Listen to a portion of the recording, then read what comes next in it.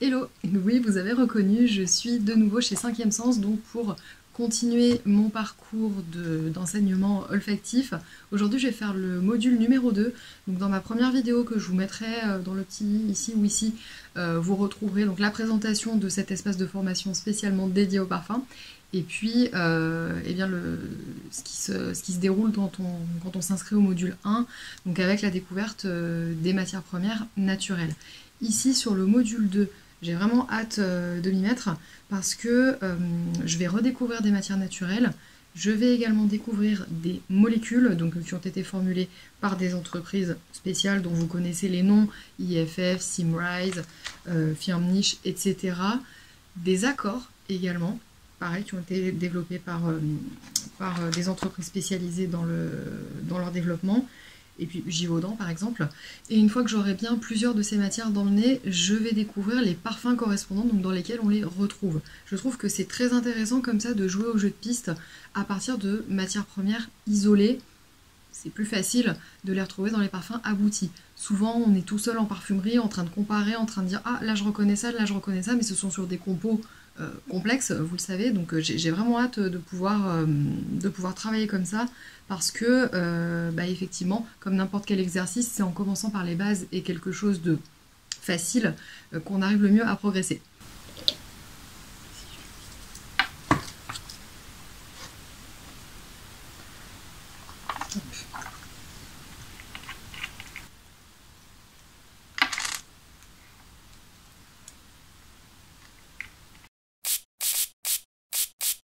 Donc là par exemple j'ai la coriandre graine et c'est incroyable parce que isolé en huile essentielle on dirait vraiment qu'on vient de moudre le grain. C'est assez émouvant parce que il y a des odeurs comme ça qu'on isole dans des absolus, dans des huiles essentielles. Les retrouver comme ça, comme si la graine était fraîche, c'est hyper intéressant et ça me fait vraiment penser, là, du coup c'est le cas, ça me fait vraiment penser au roman Le Parfum où l'idée c'est vraiment d'emprisonner une odeur qui est insaisissable et qui est amenée à complètement faner avec les premières minutes qui passent. Je viens de découvrir l'huile essentielle de basilic, horrible, ça sent l'anis, je déteste tout ce qui est anisé en fait. Et là j'ai l'huile essentielle de bouleau, vous êtes mort, passion bouleau. C'est fumé, mais c'est fumé vraiment au sens barbecue. Hein. C'est fumé au sens barbecue, il y a quelque chose de vert en même temps, de cuiré. Vous êtes mort. Je suis déjà en train d'imaginer ça avec mélangé avec du vétiver, mélangé avec de la myrrhe. Franchement, j'adore. Et d'ailleurs, je vous ai parlé de cette note de bouleau dans Falcon Leather de Matières Premières, qui est leur dernier opus, justement où l'inspiration c'est un cuir tanné à l'écorce de bouleau. Et alors moi, pour le coup, il est trop cuiré à mon goût, mais j'aime bien ce côté fumé. Comme quoi, c'est passionnant comme on recoupe les choses dans sa tête. Moi, vraiment, j'adore et je conseille à tout le monde de faire ce genre de formation parce que moi-même, je pensais pas qu'il y ait des choses qui me viendraient comme ça. Le fameux ISO E Super qui a été développé par IFF, j'ai l'impression de le lire partout, cet ISO E Super. Quand je lis des blogs, quand je lis des articles, quand je lis des critiques, je pense notamment au site au parfum ou à la revue Nez, et ben j'adore. Je saurais pas vous dire quand est-ce que j'ai lu ça, mais moi ça me fait penser effectivement à quelque chose de boisé floral masculin. Là je suis en train de passer aux molécules de synthèse, donc aux molécules, c'est-à-dire vraiment une seule molécule qui est répliquée des milliers et des milliers de fois dans une seule petite fiole. Donc moi ce qui m'intéresse de voir c'est s'il y a quelque chose de linéaire ou si ça évolue. Et bien j'ai l'impression qu'il évolue cet ISO U Super. Là je le sentais tout à l'heure et là je le sens plus. Je le sens plus. Alors je vais réessayer tout à l'heure pour voir, parce que parfois ça joue des tours. Alors ici j'ai l'acétate de linalyle, donc qui est décrit comme frais bergamote. Alors au début à l'aveugle je trouvais que ça ressemblait plutôt à de la mangue ou à de la papaye. Et non, c'est bien de la bergamote. Et oui c'est ça. Et dans ma vidéo, dans mon top thé, c'est ça que je cherchais en fait dans mes recherches. Je voulais retrouver le thé à la bergamote qu'on a l'habitude de boire de façon extrêmement classique. C'est la bergamote que j'ai trouvée dans ma bergamote de Fragonard. Et je sais pas comment vous dire, ça fait arôme de synthèse de bergamote en fait. Je me demande s'ils en balancent pas dans le thé en vrac, parce qu'on sait que beaucoup de thés sont, pas en vrac, en sachet, beaucoup de thés sont reparfumés ou réaromatisés ou aromatisés tout court. Et ben c'est ça, c'est exactement ça. Et ça s'appelle acétate de linalyle. C'est vraiment en découvrant ces molécules isolées que je comprends mieux ou encore mieux ce qui est gênant quand il y a trop de synthèse dans un parfum.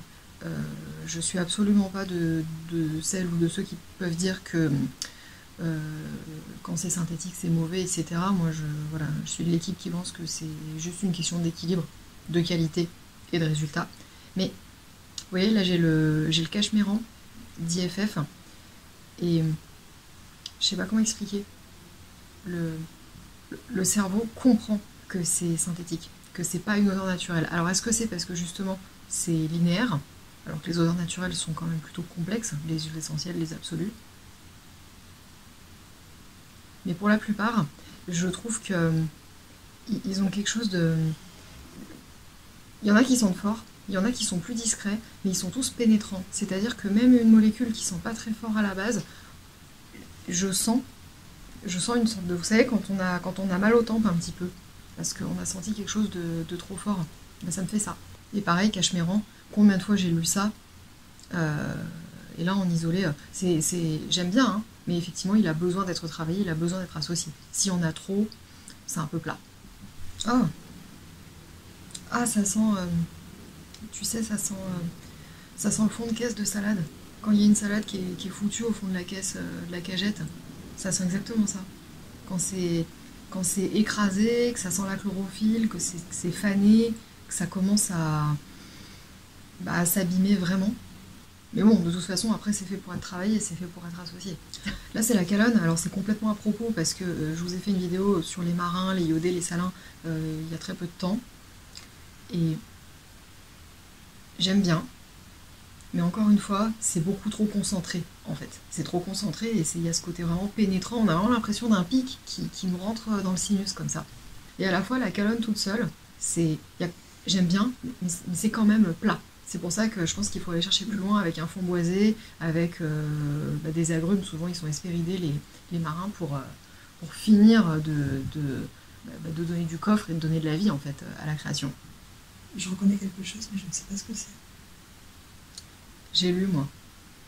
Si je te le dis, tu vas trouver tout de suite. Un peu vert. On peut jouer à pyramide du parfum, en deux. Tout. Épicé.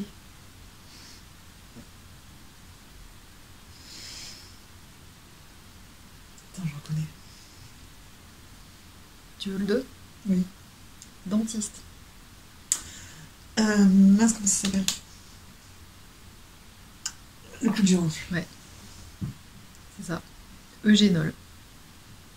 C'est exactement ça. Ce qu'on va faire, c'est qu'on va comparer avec le module 1. D'accord. On va aller voir l'huile essentielle de clou de girofle. Ce qui est vraiment génial, c'est qu'on peut retrouver en fait, ce qu'on a senti. Enfin, on a complètement accès au module précédent. Donc là, j'ai simplement pris la fiche du module 1.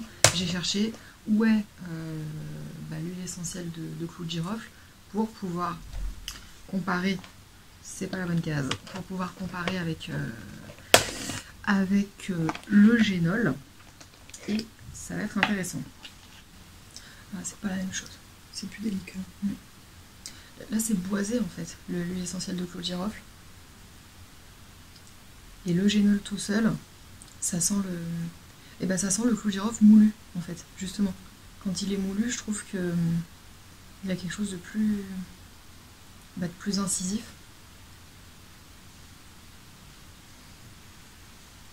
Et là, l'huile essentielle de girofle, c'est plus sombre. C'est vraiment la synthétique qui a l'odeur du dentiste, complètement. C'est pour ça que je te dis que pour moi ça sent vraiment le clou de girofle éclaté, une fois que tu as croqué dedans. Oui, ça oui.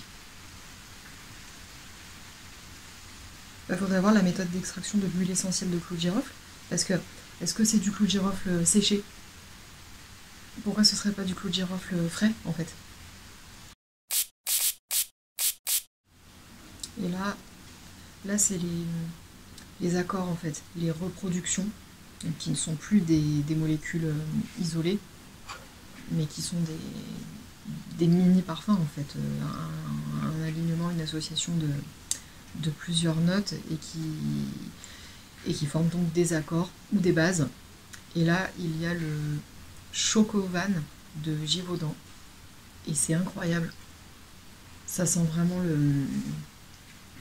Enfin, moi, je trouve que ça sent le Mon Chéri. Ça sent le chocolat au lait. Les escargots en vin. Le Ferrero. Le Ferrero. Oui, c'est ça. Ça sent... Oui, chocolat au lait. Le chocolat sucré, en fait. Très sucré. Et on s'y croirait, quoi. On dirait... On a même presque l'impression de mordre dans je saurais pas dire du Savane. Du Savane ou du Kinder Delice, tu sais. Du Kinder. C'est ça, Kinder Delice. C'est incroyable. Ah oui, Kinder Delice. Et ça sent, mais comme si on a le nez dessus, quoi. Ça, utilisé en parfum, c'est drôle. Il y en a partout. Il y a encore eu du mal de fait.